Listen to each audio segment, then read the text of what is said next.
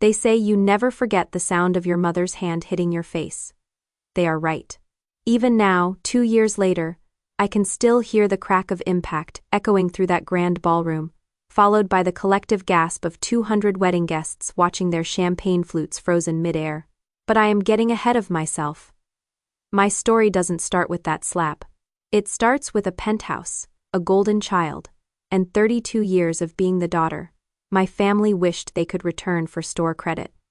I am Emma Richardson, age 32, Senior Vice President at Chen Capital, managing an $800 million international portfolio.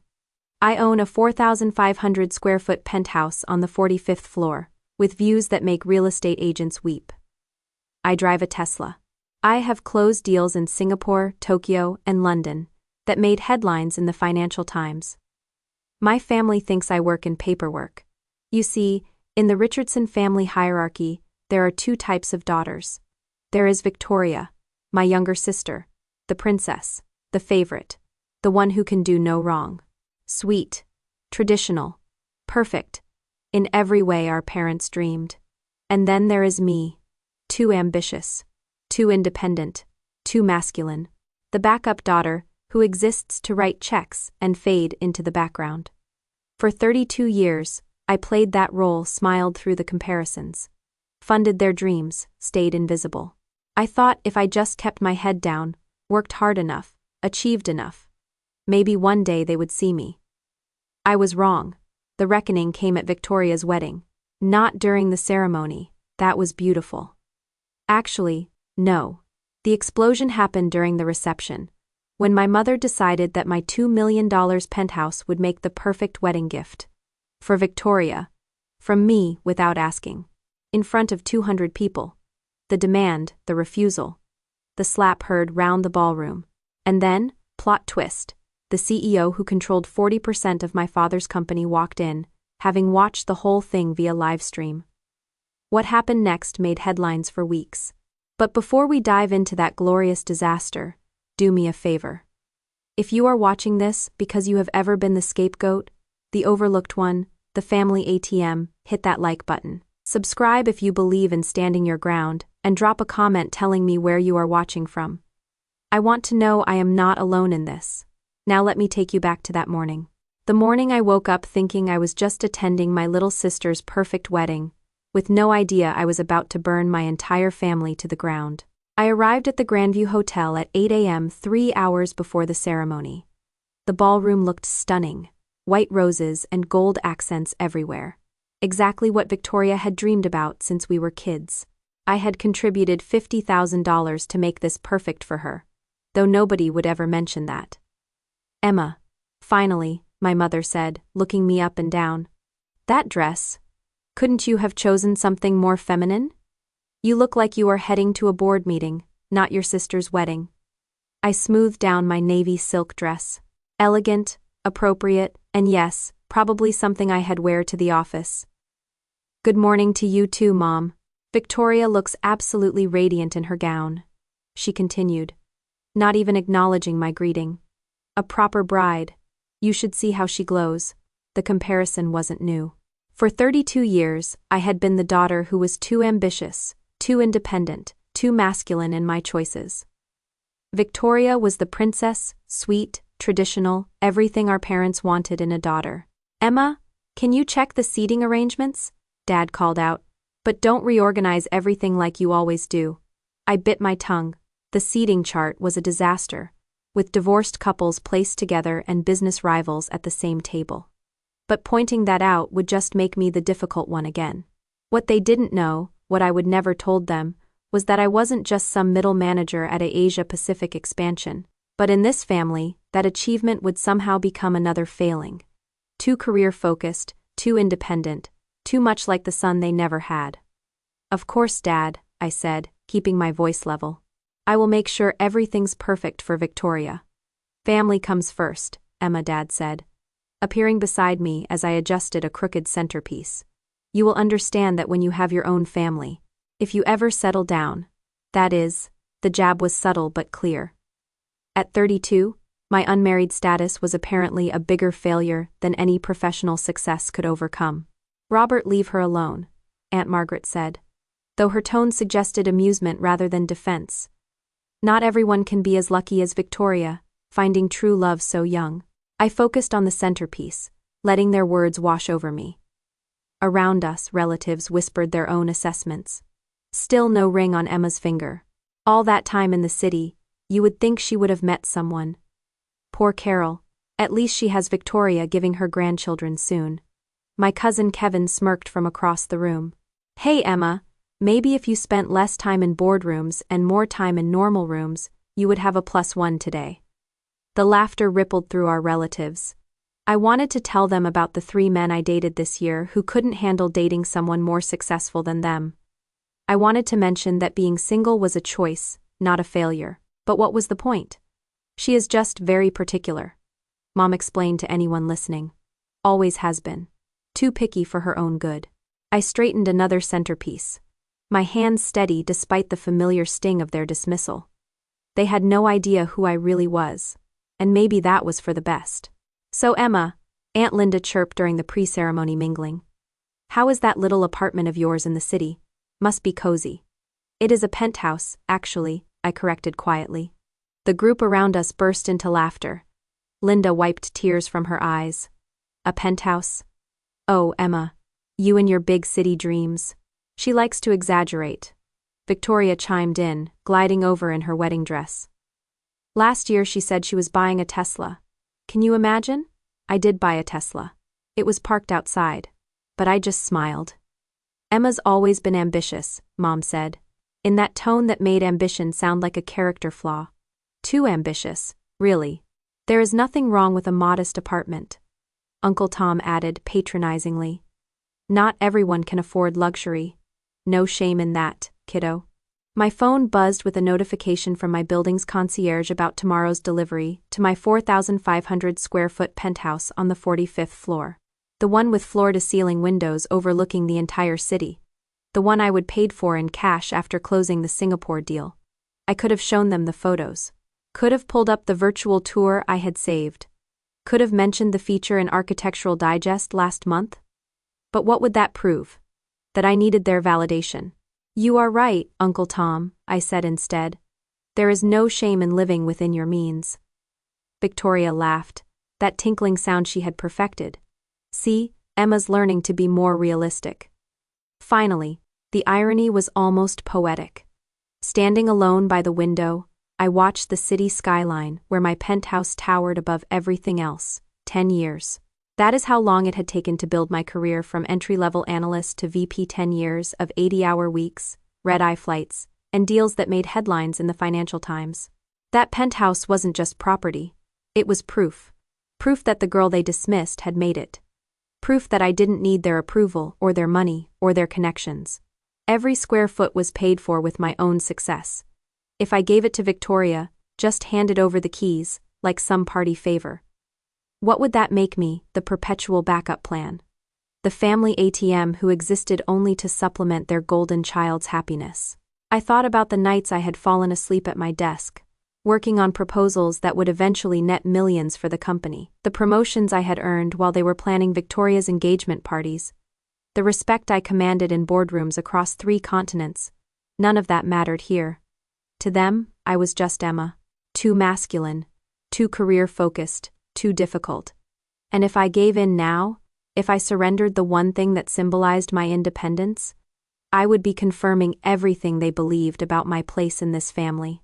My phone screen lit up with a photo from my assistant. The view from my penthouse this morning. Sunday rising over the city. Golden light flooding through those massive windows. She had added a caption. Your sanctuary awaits your return. Boss sanctuary, that is exactly what it was. The one place where I wasn't someone's disappointing daughter or overshadowed sister, where I was simply Emma Richardson, the woman who had built something extraordinary entirely on her own. I couldn't give that up. Not even for family peace. Our Victoria. I heard Mom telling a group of guests, her voice carrying across the ballroom. She is everything a mother could want. So graceful, so caring. Did you know she volunteers at the Children's Hospital? And now she will be such a wonderful wife. The guests cooed appropriately.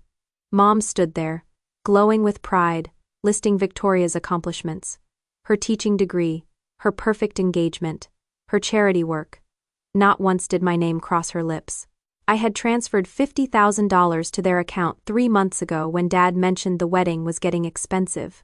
I had used my connections to get Victoria's wedding featured in the city's most prestigious bridal magazine. I had even arranged for their honeymoon suite upgrade through my hotel points invisible. That is what I was. The family ghost who materialized only when they needed something. Such a beautiful family, someone said. You must be so proud of your daughter. Oh, we are, Dad replied, his arm around. Mom. Victoria's made us so happy, daughter, singular, as if they only had one.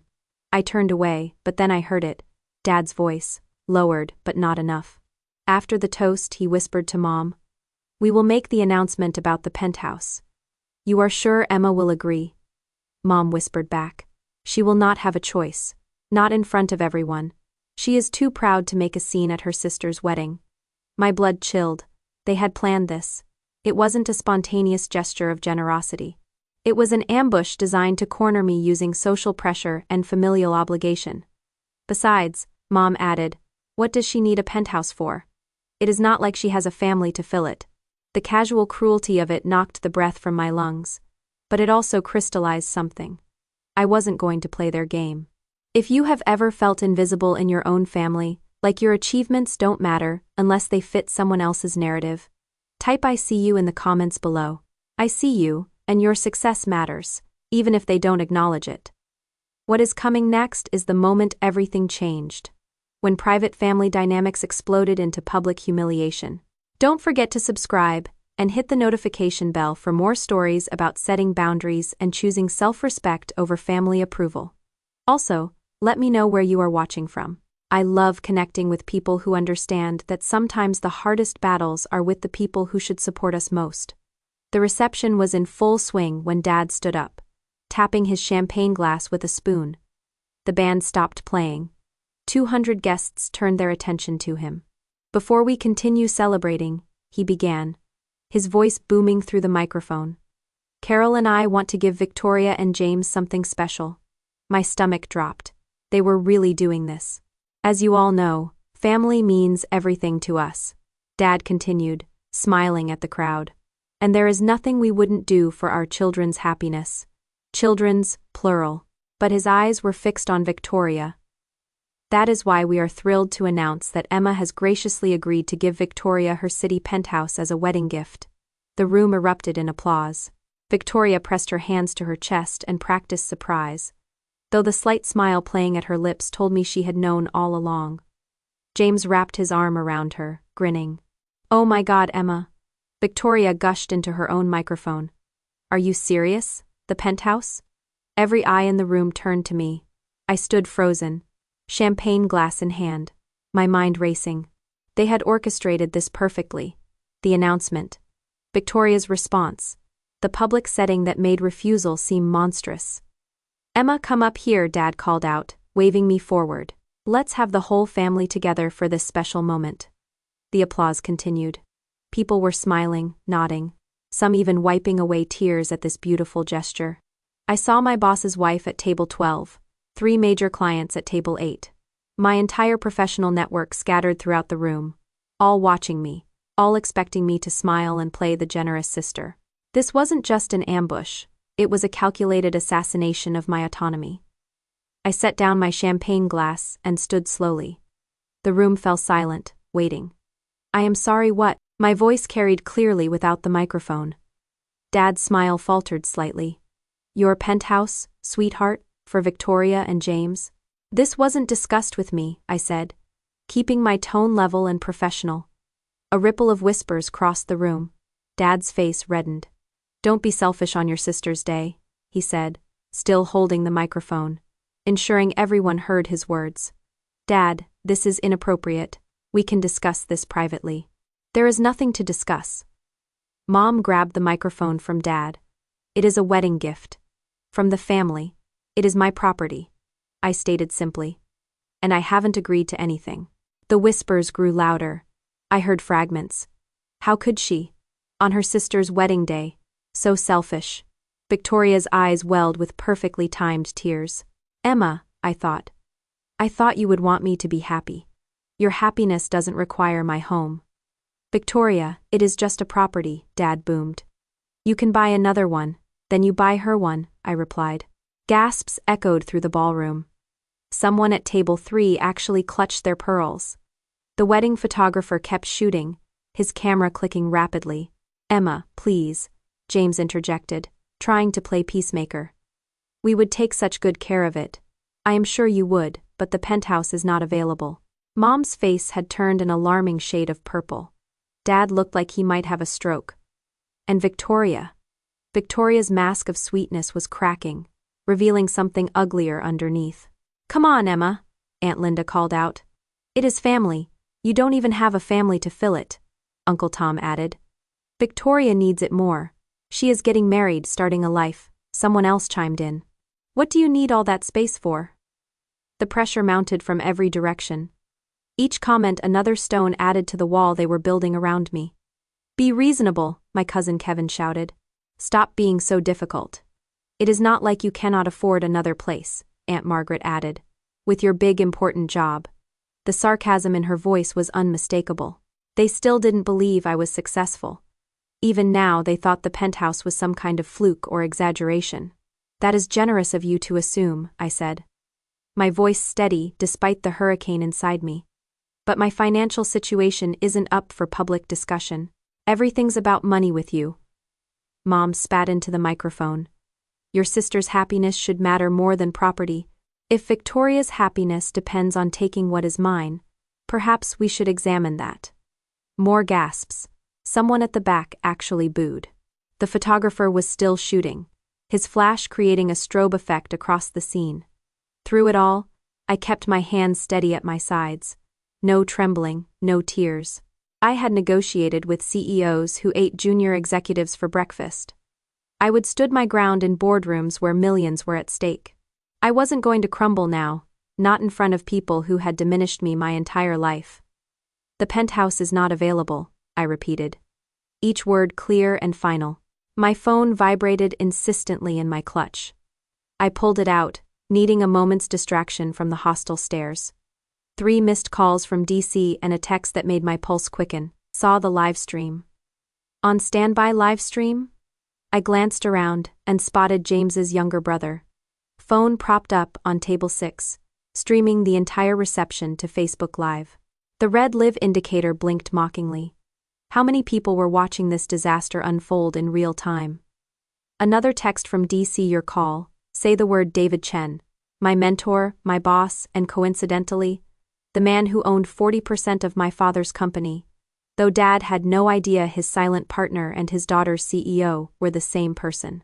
We had kept that information compartmentalized for exactly this kind of situation. Emma, put the phone away, Mom snapped.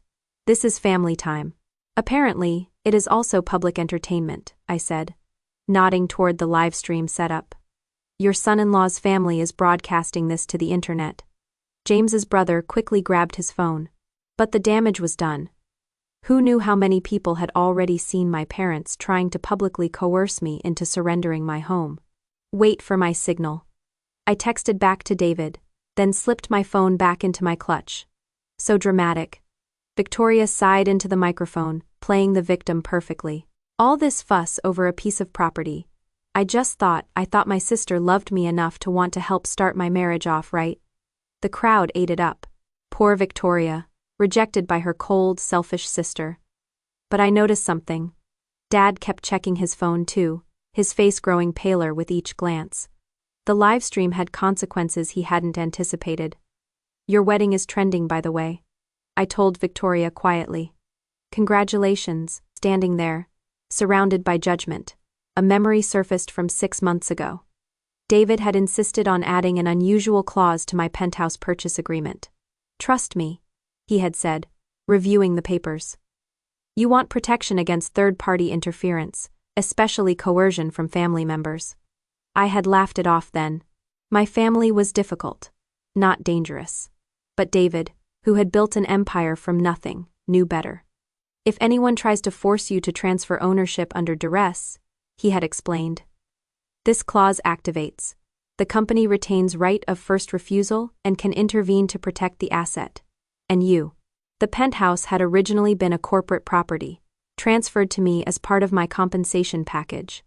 The paper trail was impeccable, the ownership legitimate.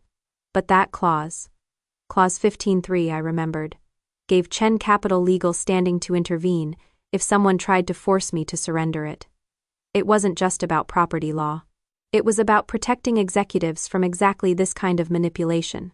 David had seen too many successful women pressured into giving up their assets to family members who felt entitled to their success. Emma's always been stubborn.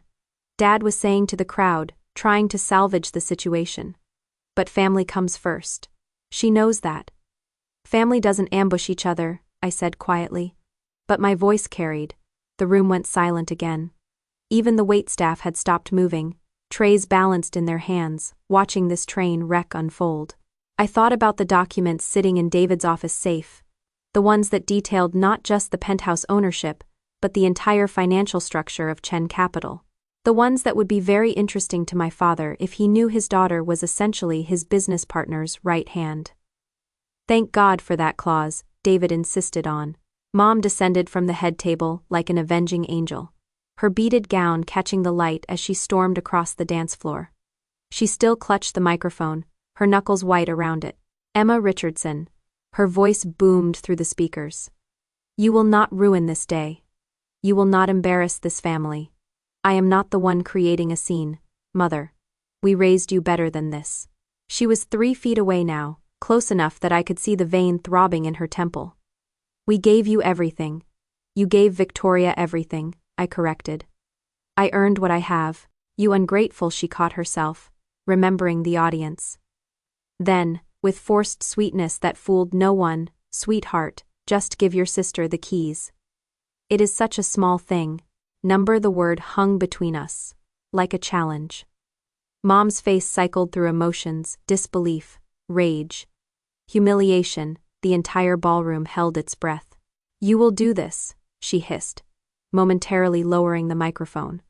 Or what? I asked, genuinely curious what threat she thought would work. She raised the microphone again. Everyone. My daughter seems to have forgotten what family means. Perhaps you can help remind her. The crowd stirred uncomfortably.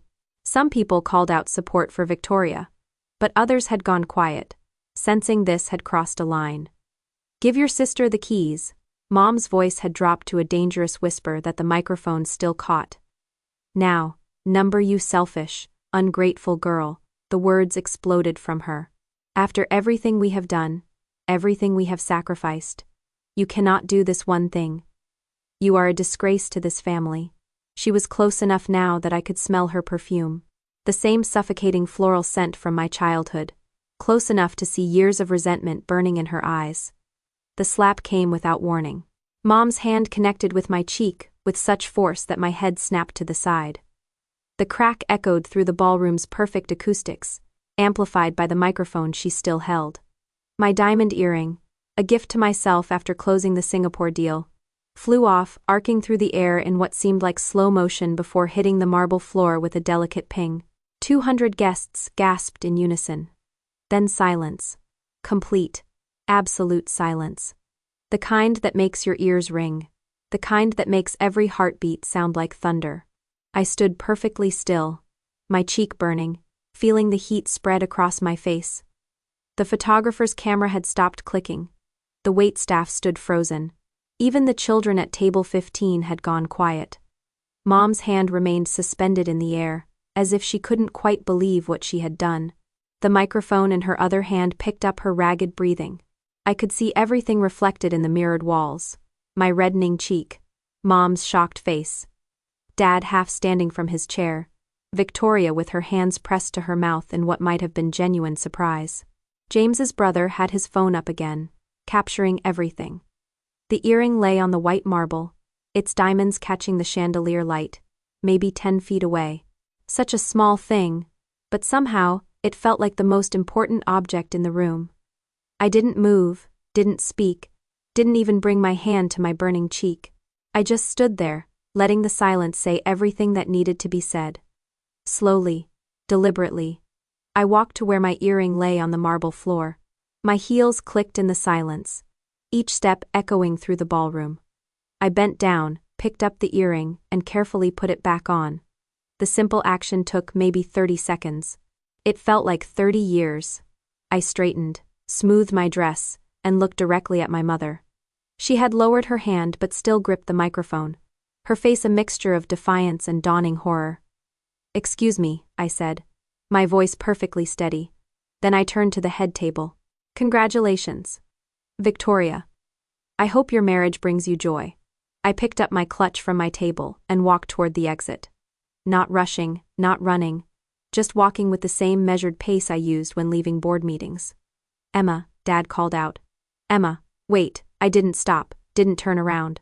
Behind me, the ballroom erupted in chaos, voices rising, chairs scraping, someone crying. But I kept walking. The moment I cleared the ballroom doors, I pulled out my phone and hit David's number. He answered on the first ring. "Emma, green light," I said simply. "Understood. How long do I have?" "Give me 45 minutes to get home." "Are you okay?" I touched my still burning cheek. "Execute the contingency." David, already mobilizing the legal team. "Emma." "Yes, I meant, are you hurt?" "Nothing that will not heal," I said, entering the elevator. "But David, make sure you bring the shareholder agreement, the one Dad never actually read." "With pleasure." I ended the call as the elevator doors closed, leaving my family's chaos behind. That moment, the slap heard by 200 people. Did it make your blood boil? I know what it is like to be humiliated by the people who should protect you. But sometimes, the best response isn't anger. It is strategic action. What comes next will show you why you should never underestimate someone you have pushed too far. If you believe in standing up for yourself, hit that like button. If you have ever had to set a hard boundary with family, type boundaries in the comments. The next part is where everything shifts, where the invisible daughter becomes the one holding all the cards. 45 minutes later, I was in my penthouse, ice pack against my cheek, when my phone buzzed with a text from David. Entering the building now, I had changed into jeans and a soft sweater. Armor wasn't needed anymore. The battle was already won, they just didn't know it yet. My phone lit up with notifications. James's brother's livestream had been shared over 500 times. The slap was already a GIF. But I didn't care about internet fame. I cared about what was happening in that ballroom right now. David texted again, walking in. "Robert just saw me." I could picture it perfectly. David Chen, in his $10,000 Armani suit, walking into that ballroom with his signature confidence. 2 lawyers flanking him, briefcases in hand. The same David Chen whose name appeared in Forbes. The same one my father had been desperately trying to schedule a meeting with for 6 months. Another text. His face just went white. Then, "Your mother is screaming." I walked to my floor-to-ceiling windows, looking out at the city lights. Somewhere down there, in that grand ballroom, my family was learning a lesson about consequences. My phone rang. Unknown number. "Hello, Emma?" It was James's brother, whispering. "You need to see this. Your dad looks like he is about to pass out. This Chinese guy in a suit just said your name, and something about partnership agreements. Your mom literally screamed when she saw him." "Who is this guy?" "Someone who believes in protecting his investments," I said. "Your dad keeps saying Mr. Chen over and over." "Is this the Chen? The one who owns I Have to Go," I said, ending the call. The city sparkled below, peaceful and oblivious. But in that ballroom, an empire was shifting. My phone rang again. This time it was David. "You are on speaker," he said. "I am here with your parents and their guests." I could hear the ballroom's stunned silence in the background. Robert David's voice carried that CEO authority that made board members squirm. "I need to clarify something for everyone present. Emma Richardson is not just some employee at my company. She is our Vice President of Development, managing our entire Asia-Pacific expansion." I heard collective gasps through the phone. "That is impossible." My father's voice. Weak and confused. "The Singapore deal that netted us $40 million. Emma led that. The Tokyo office that is now our most profitable branch. Emma built that from the ground up. The The partnership with Samsung that your company desperately wanted a piece of. Emma negotiated every detail. You are lying, Mom's voice, shrill and desperate. Mrs. Richardson, your daughter is one of the most valuable executives in this city. The penthouse you tried to take, it was part of her executive compensation package. A package that, I should mention, includes certain protections. What protections? Dad asked. The ones that activate when someone attempts to coerce her into surrendering corporate assets, which, according to the live stream that has now been viewed 20,000 times, is exactly what happened here tonight. 20,000 in less than an hour.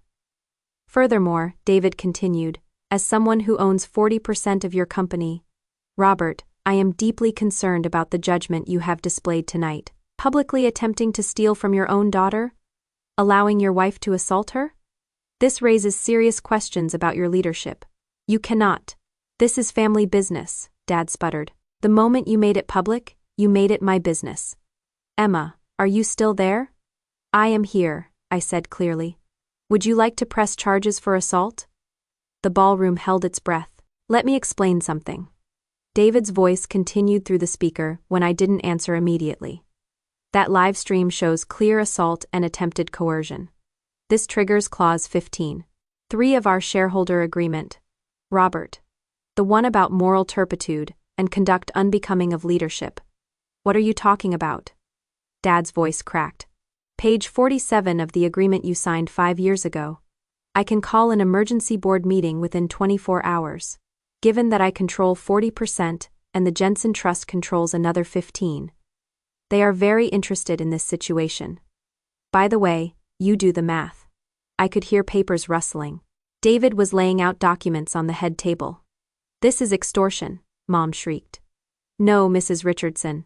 Extortion was demanding your daughter's property in front of 200 witnesses. This is consequence management. Emma, Dad's voice came through, pleading now. Tell him to stop. This is going too far. Too far, I finally spoke. Like slapping your daughter at a wedding wasn't too far. You cannot destroy our family business over this. I am not destroying anything, I said calmly. I am protecting my assets and my dignity. David is protecting his investment. If your behavior threatens that investment, that is on you. The video is everywhere, someone whispered in the background. It is on Twitter, Facebook. The local news picked it up. Here is what is going to happen, David announced. Robert, you have 48 hours to issue a public apology to Emma. A real one, not some PR nonsense. You will acknowledge her professional achievements and her right to her own property. Carol, you will do the same, and you will stay away from Emma permanently. Or what? Mom demanded. Or I exercise my options as a major shareholder. Your company needs my capital for the expansion project. Without it, you are looking at bankruptcy within 6 months. This is my daughter's wedding. Mom's voice had reached hysteria. You cannot do this here.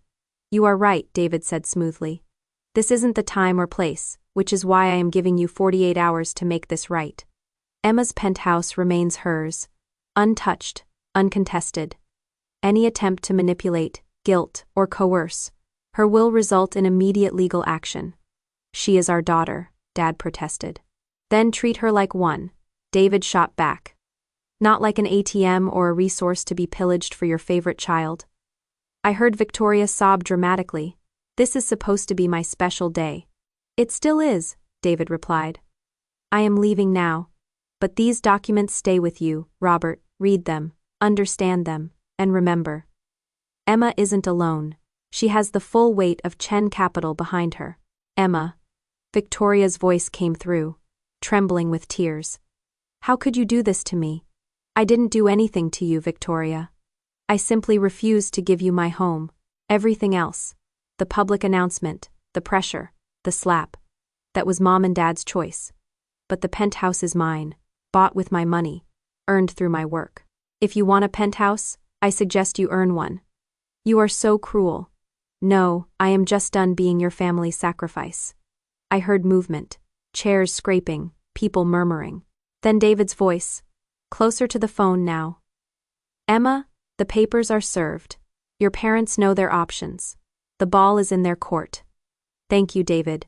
I am sorry it came to this. So am I. The wedding photographer got everything.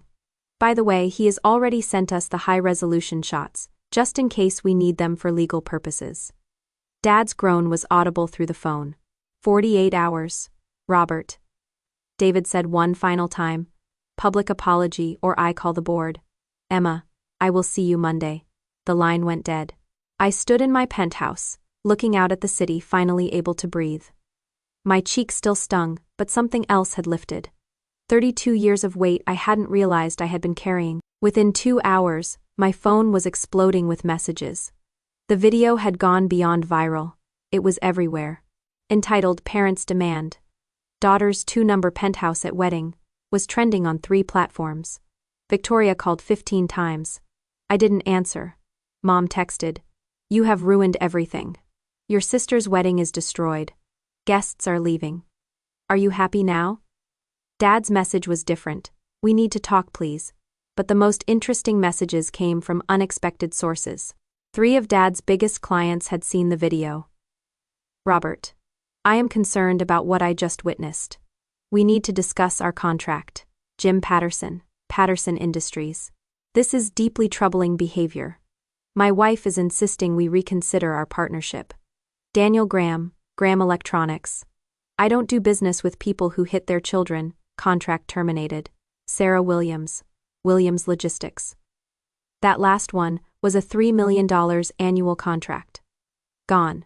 James's family group chat, which I had been added to months ago, was in chaos. His mother, "We are leaving. This is disgraceful." His father, "The wedding is off until we understand what kind of family we are joining." The wedding was falling apart, and I wasn't even there. David texted privately, "Your father just called. He is panicking about the clients." 3 more have reached out with concerns. Then, the most satisfying message of all, from someone who had recorded everything. "Your mom fainted when she realized the CEO of Chen Capital was your boss." Like, actually fainted. They had to call paramedics. I poured myself a glass of wine from the bottle I had been saving for a special occasion. If standing up for myself wasn't special, what was? My assistant texted, "Boss, you are trending. Also, 5 headhunters have already called asking if you are looking for new opportunities." Apparently, standing up to toxic family is very in right now. I laughed. Actually laughed. For the first time in days, by Monday morning, the business community had chosen sides, and it wasn't even close. The video had been shared in every major business network in the city. The narrative was clear. Successful daughter refuses to be bullied by entitled parents. CEO steps in to protect valuable executive from family exploitation. Dad's company lost 6 contracts in total. The expansion he had been planning for 2 years was dead in the water. Without David's capital, and with the client exodus, he would have to downsize. Victoria's honeymoon to Bali was cancelled. Not by her. By James's family. They wanted to reassess the relationship dynamics before moving forward. The wedding gifts were being returned. But the most unexpected consequence came from my own company. David called me into his office Monday afternoon. "The board wants to promote you," he said without preamble. "Senior VP of Global Operations, the Asia-Pacific success. Combined with how you handled the situation, they are impressed. I got slapped at a wedding. That impressed them. You stood your ground against massive social pressure. You protected company assets. You maintained composure under extreme duress. That is exactly the kind of leadership we need. And the fact that you had to intervene shows you know when to leverage your resources. Emma, I have seen a lot of executives crumble under family pressure. You didn't just stand firm, you won. The promotion came with a 40% raise in stock options. Enough to buy another penthouse if I wanted. Not that I needed another one, the one I had was perfect. A symbol of everything I had achieved without my family's help or approval. I donated the raise bonus to a women's shelter that helped abuse victims leave toxic situations. It felt like the right thing to do. Dad's public apology came exactly 47 hours after David's ultimatum. It was stiff, clearly written by lawyers, but it did the job. I apologized to my daughter Emma for my inappropriate behavior at the recent family event. I acknowledge her professional achievements and her right to her own property. This matter is now closed.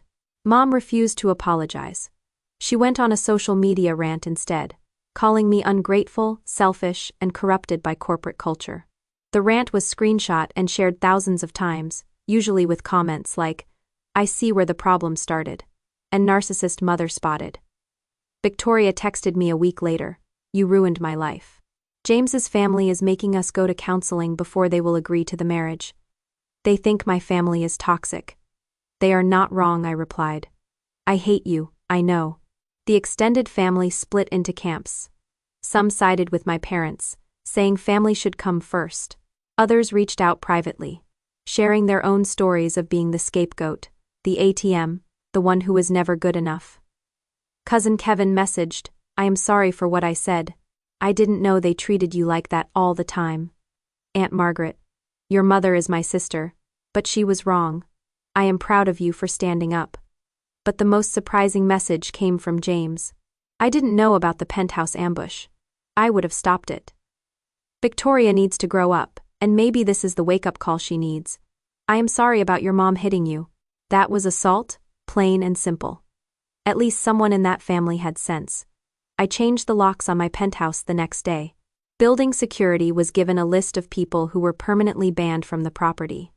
My parents' names were at the top. The doorman, George, who had known me for 3 years, pulled me aside. "Miss Richardson, I saw the video. Good for you. My daughter went through something similar. Family isn't always family, you know." I knew. I blocked my immediate family on all social media platforms. No dramatic announcement, no explanation. Just quiet removal of their access to my life. My work became my focus. The promotion meant managing teams across 12 countries. I threw myself into it, building something meaningful without the weight of family expectations. David became more than a boss. He became the mentor my father never was. "You know," he said over coffee one morning, "the best revenge is a life well lived without them." 3 months later, I got a text from an unknown number. It was a photo of Victoria's wedding gift, the one I would send after everything calmed down. A certificate for 6 months of family therapy sessions. "This is insulting," the message read. "It is necessary," I replied. Then blocked that number too. My penthouse became what it was always meant to be, a sanctuary. A place where no one could demand, belittle, or diminish me. The floor-to-ceiling windows that looked out over the city reminded me daily that I had built something they couldn't take away. Not for lack of trying, though. 6 months later, the dust had settled into a new reality. I was thriving. The senior VP position had led to a feature in Forbes, 40 Under 40. The article mentioned nothing about the wedding incident, focusing instead on my innovative approaches to Asian market expansion. Dad's company had stabilized but never recovered its previous standing. He had aged 10 years in 6 months. Through mutual business contacts, I heard he had started therapy, too little, too late, but at least it was something. Mom doubled down on her victim narrative, telling anyone who had listened about her ungrateful daughter who chose money over family. Most people had seen the video. They knew better. Victoria's marriage to James lasted exactly 4 months. The counseling had revealed deeper issues: entitlement, inability to take responsibility, expecting others to provide for her. James's family had been right to be concerned. The divorce was quiet but final. She texted me once, "I hope you are happy, you got what you wanted." "I got what I earned," I replied. There is a difference. The family I found at Hayes Capital became my real family. We celebrated wins together, supported each other through challenges, and never once did anyone demand I sacrifice my success for their comfort. David and his wife invited me to their family dinners. His daughters, both in college, looked up to me. "You are proof. We don't have to shrink ourselves for anyone," the older one said. That was worth more than any approval my birth family could have given. So here is what I learned from that disaster of a wedding. Blood doesn't make you family. Respect does. Success isn't something you owe to people who never supported your journey. And sometimes, the most powerful thing you can say to toxic family is nothing at all. My penthouse remains mine. Every morning I watch the sunrise through those floor-to-ceiling windows. Coffee in hand, grateful for the peace I fought to protect. It is not just property. It is proof that I chose myself when everyone expected me to choose them. If you are struggling with family who demand more than they give, who take credit for successes they didn't support, who expect you to light yourself on fire to keep them warm, know this. Your boundaries matter. Your success is yours. Your peace is worth more than their approval. You don't owe anyone your hard-earned achievements just because you share DNA. You don't have to accept disrespect in the name of family harmony, and you certainly don't have to tolerate abuse, whether it is physical like that slap, or emotional like years of being treated as less than. The price of my freedom was high. I lost my birth family, but what I gained was worth it. Self-respect, genuine relationships, and a life built on my terms. Your story might be different, but the principle remains. You deserve to be celebrated, not tolerated. Choose people who choose you, not just when they need something, but always. What boundaries do you need to set today? Thank you for listening to my story.